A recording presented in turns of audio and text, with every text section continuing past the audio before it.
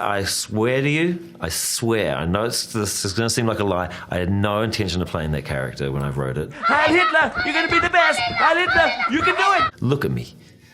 I'm a brown supermodel. Okay? It doesn't make any sense. Thor Ragnarok. Well, with Thor, I wanted to do something that felt different to the other films. You know, I wanted to do a good job. You know, it's the first time that I'd worked on someone else's IP, really, and it's Thor. I think it was like the 17th movie they'd made, and they'd had nothing but consecutive hits the entire time. So my job is not to come in and say, I think this is how you guys need to be doing it. My job is to come in and go, what's the best I can do to help you make Thor the best that he can be? And I didn't think that all of Chris's talents had been utilised up until that point. I didn't think that the character was as interesting as it could be, because like, looking at the comics, it's pop art, it's crazy, it's cosmic, you know, there's so many things that I had not seen in the first two films and wanted to explore. Obviously the Jack Kirby art and all of that, and even down to characters, which is a nice segue into my character, Korg. Allow me to introduce myself. My name is Korg. I'm kind of like the leader in here. I'm made of rocks, as you can see, but don't let that intimidate you. You don't need to be afraid unless you're made of scissors. Just a little rock, paper, scissors joke for you. I just like the idea of playing this big rock guy who was Thor's buddy. He's like his sidekick. You know, I really wish I had my hammer. Hammer? Quite unique. It was made from this special metal from the heart of a dying star. And when I spun it really, really fast, it gave me the ability to fly. You rode a hammer? No, I didn't ride the hammer. The hammer rode you on your back? No. I used to spin it really fast, and it would pull me off the... Oh, my God. The hammer pulled you off? The ground. It would pull me off the ground up into the air, and I would fly.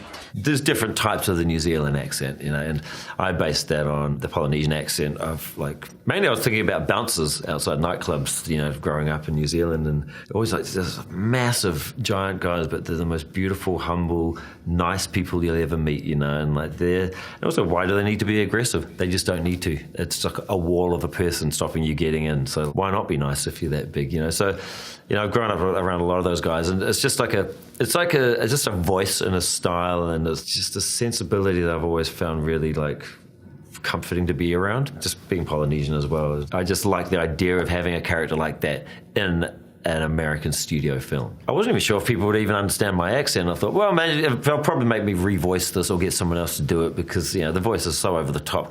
Who the hell is going to understand this? But it's been amazing, the fact that people can understand and also then grew to love that character. The damage is not too bad. As long as the foundations are still strong, we can rebuild this place. It will become a haven for all peoples and aliens of the universe.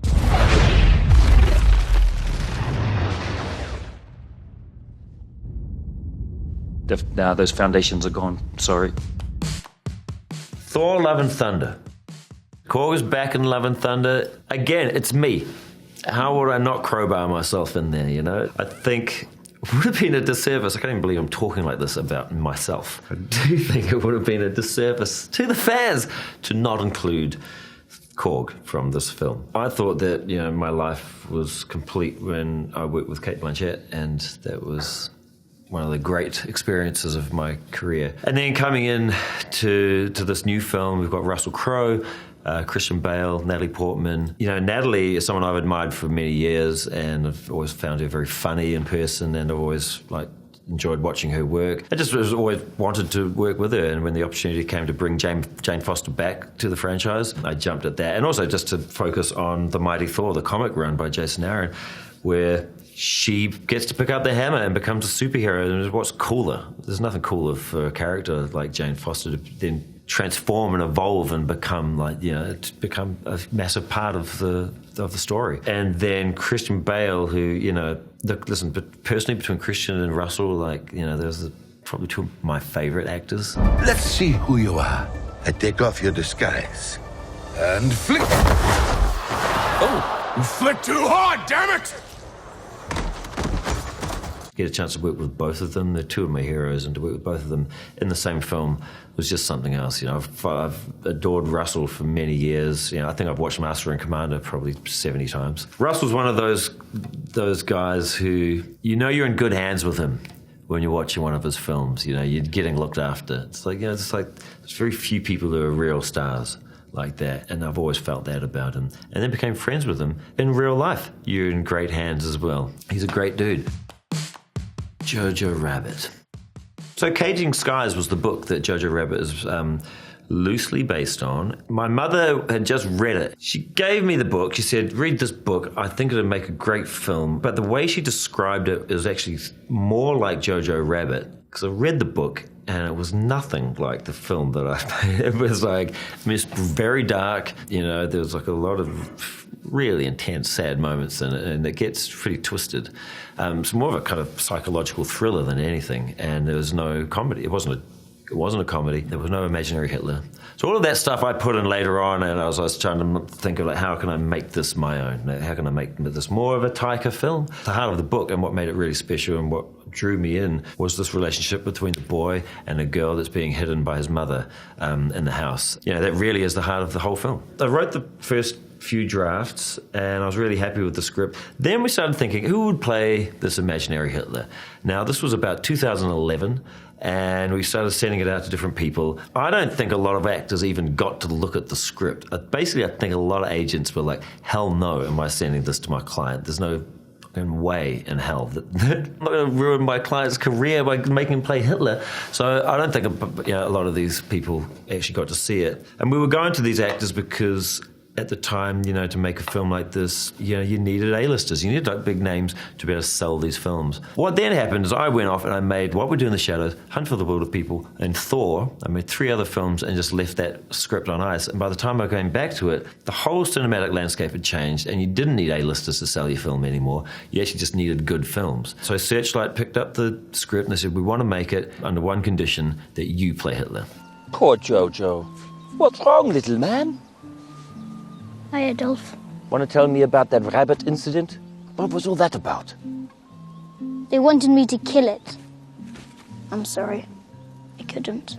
Don't worry about it. I couldn't care less. But now they call me a scared rabbit. Let them say whatever they want. People used to say a lot of nasty things about me. Oh, this guy's a lunatic. Oh, look at that psycho. He's gonna get us all killed. I swear to you, I swear, I know this is going to seem like a lie. I had no intention of playing that character when I wrote it. Look at me. I'm a brown supermodel. Okay? It doesn't make any sense.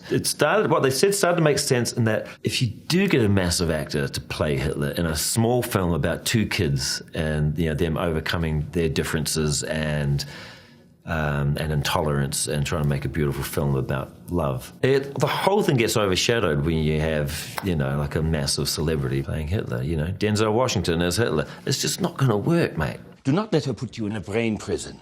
That, dear Jojo, is one thing that cannot and must not ever, ever happen to a German. Do not let your German brain be bossed around. I won't let her boss my German brain around. Mein Führer. Try not to. I did 0 to no research about Hitler. I remember looking up books about Hitler on Amazon. I didn't want to spend the money because I was just out of principle, I don't want to spend money on this asshole. Then I was like, I don't even want to read about him. I don't care about his life. I don't care about why he did things. I don't care about what was behind, the motives behind anything. I just didn't care about him. I also wanted to ridicule him. I wanted to lambast him, you know, even beyond the grave. I was hoping that, you know, somehow, like, you know, his spirit, what's left of it, that I could somehow just humiliate him and piss him off even more from the grave. I created the character based on just like ideas of like goofy best friend characters. There's nothing from Drop Dead Fred in this, but you know, that idea of this sort of like or Beetlejuice, you know, the idea of an annoying best friend, fantasy best friend that a kid has. It's got to feel a little bit more in that vein where it's like, it's in this kid's head. It can't be a real depiction of Hitler because, you know, it's untrue. It wouldn't be in a kid's fantasy idea of who someone is. It's a fantasy that would never be exactly like the person. What We Do in the Shadows. The point is, Deacon, that you have not done the dishes for 5 years. Vladislav is right. It's unacceptable to have so many bloody dishes all over this bench like that. I'm so embarrassed when people come over here. What does it matter? You bring them over, you kill them! Jermaine and I think, started writing this in around 2004, maybe. We'd always intended to be in the film. We shot a little short version of this thing, of what we do in the shadows, in like 2005, and just to see like what the characters would be like, what, you know, if we could sustain something just even for 25 minutes with these characters, and whether it would still be funny after 25 minutes. And then we cut that together and sort of made this little thing. And yeah, we realized, yeah, we could probably like keep this idea going for maybe an hour and a half if we were lucky. I haven't watched this shower for about 20 years. That is something that needs to be done weekly. No, I know. I'm saying, you know, it's just hard for me because I used to be royalty for me to have to, you know, take the corpse out of the dryer. Over like the next sort of 6 years or so, we just like every couple of weeks a year, we would just like get back into it and just reopen up the script. Jermaine and I, the way that we work, we would end up like doing maybe a page a year, and then we ended up with 150 pages, so it took 150 years to write the script. Like any real smart filmmakers, we didn't show anyone, we just improvised the whole film. Well, that didn't go so great. I hit the main artery, so yeah, it's a real mess in there. On the upside, I think she had a really good time.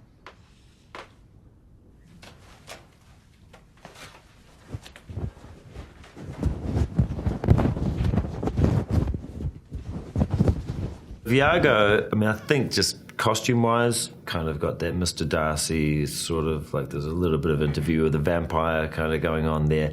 But in terms of the character, Viago's basically just a mixture of C-3PO and my mother. Just the anal vampire who can't stand mess and wants everything to be structured and needs to have regimen, and it has to make a chore wheel so that everyone can keep on top of doing the dishes or vacuuming. Deacon on dishes, and it still hasn't moved in 5 years. The only issue is like when you're a vampire and you live forever, you can always put things off to the next day. So why bother cleaning on a Monday when you can clean on a Tuesday 10 years later? We'll all do our jobs, starting with a certain deacon. I will do my dishes! Good, I do that!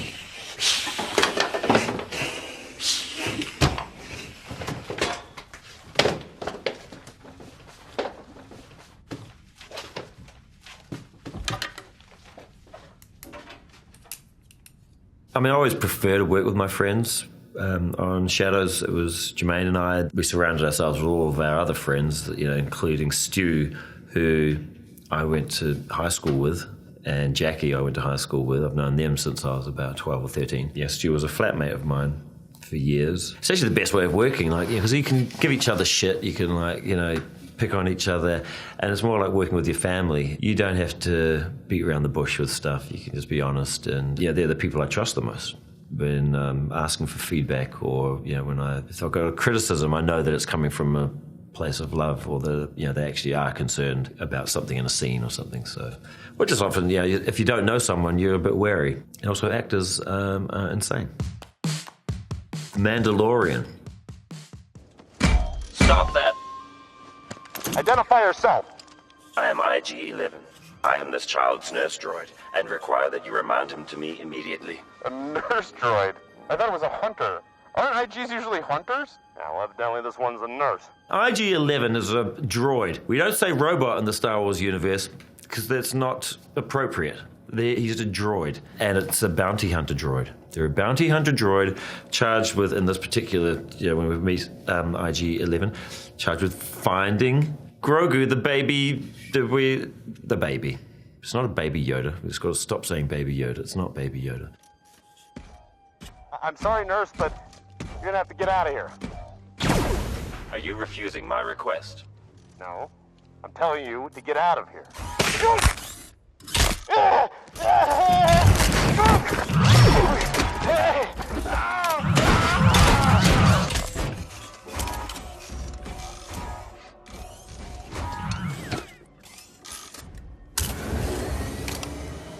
That was unpleasant. I'm sorry you had to see that. It's, again, my own accent. I don't change my accent whenever I act. You might have noticed. Why bother? There are way too many Americans in the world anyway. Way too American actors.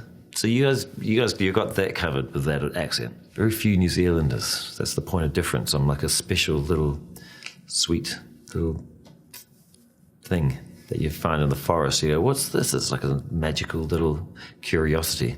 That's my lane. That's where I'm at, and I've got that covered. You guys stick to your lead acting, your lead roles.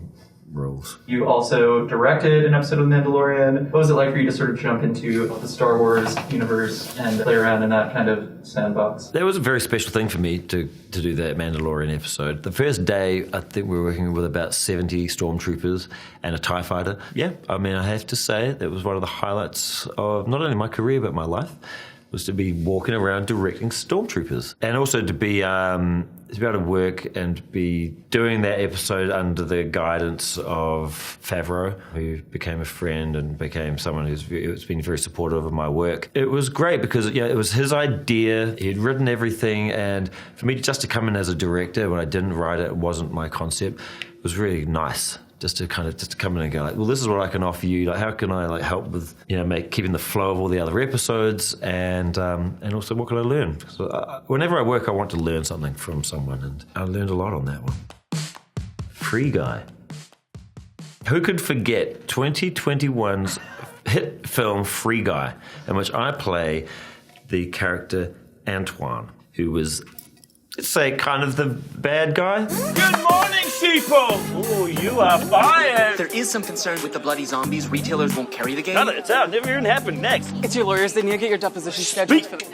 Which lawsuit are we talking about? Millie Rusk. No sweat. That will never see the inside of a courtroom because she's got no proof and her ex-partner works for me. He owns a giant game company. He's got it all. He's got the clothes, the fashion, he's got the money. Again, one of my favorite types of characters. He's a bit of an asshole and a bit of an idiot. I love the idea of playing the CEO of this big company and also having no idea what that meant. And, I don't know anything about gaming. And again, I was like, should I do any research into this world? It seems too hard. Seems like there's too much to learn, and my brain's full. So I didn't.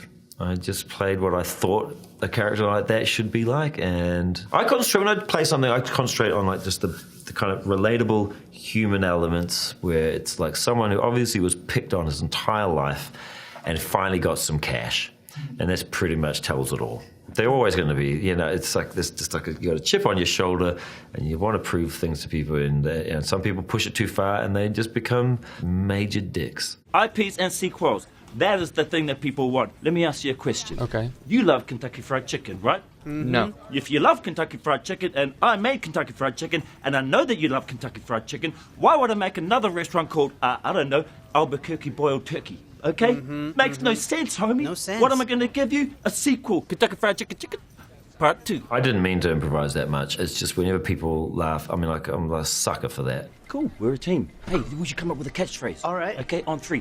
1, 2, 3. Get back to work!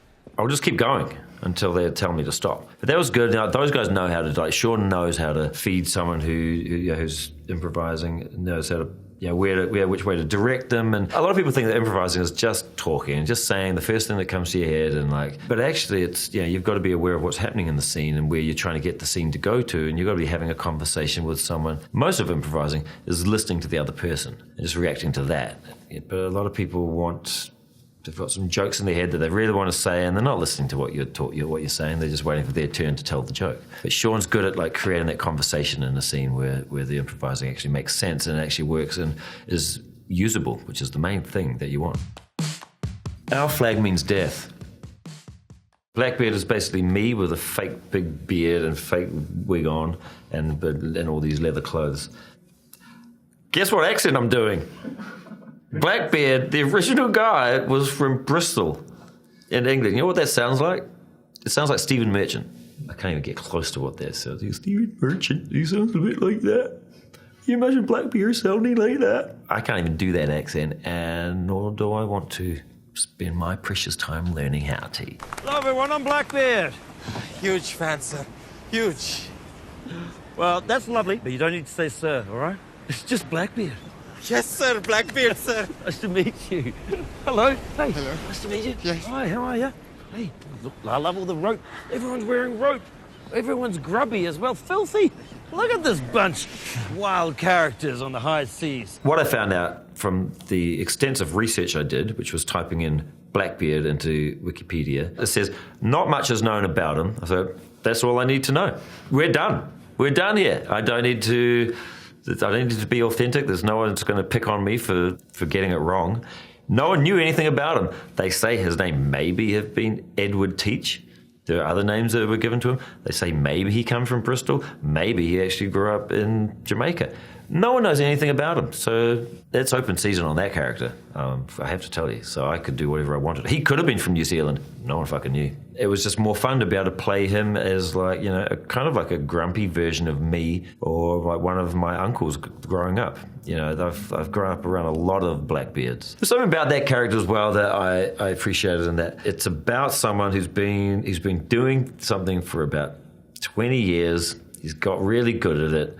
Everyone wants him to keep going, but he's just getting slowly, more progressively pissed off with the industry and over it. If you were to show me the ways of an aristocrat, I could probably show you a thing or two about being a bloodthirsty pirate. Wouldn't that be something?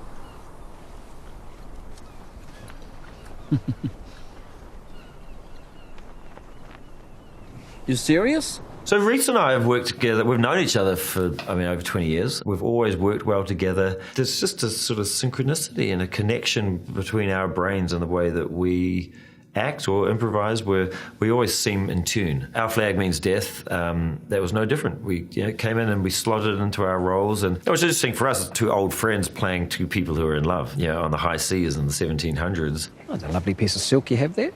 Oh, this tatty old thing. Well, sometimes the old things are the best things. May I?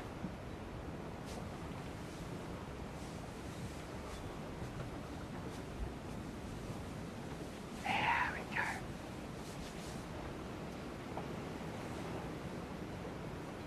Look at that. You wear fine things well. It's just weird to kind of pretend that you're romantically interested in your old friend. But then all the scenes that we did together were my favourite ones, because we just got to play and just, sit around and just play with words. Look at that. There's 1, 2, 9 guns all over him. 9 guns? It's too... I have 1 gun and 1 knife. Just like everyone else. Yeah. So far I've played this, ridiculous, effeminate vampire based on my mum, Hitler. I've played my dad in a film. I've played a hot priest twice, but they were brothers. So it wasn't the same character. Blackbeard, arsehole owner of a game tech company. Droid. So every single one has been pretty different. That makes me happy, because I just don't want to ever feel like if I'm repeating myself too much, and even with my filmmaking, I feel like the charm or like the magic started to go out of what I'm doing. So my decisions really are based on, and even when I'm making films, it's like, what's going to keep me interested? What makes me feel nervous? It's just about continuing to keep myself interested. And the reason I really, if I'm honest, getting into any of this is so I could just play different roles and do, and just play around.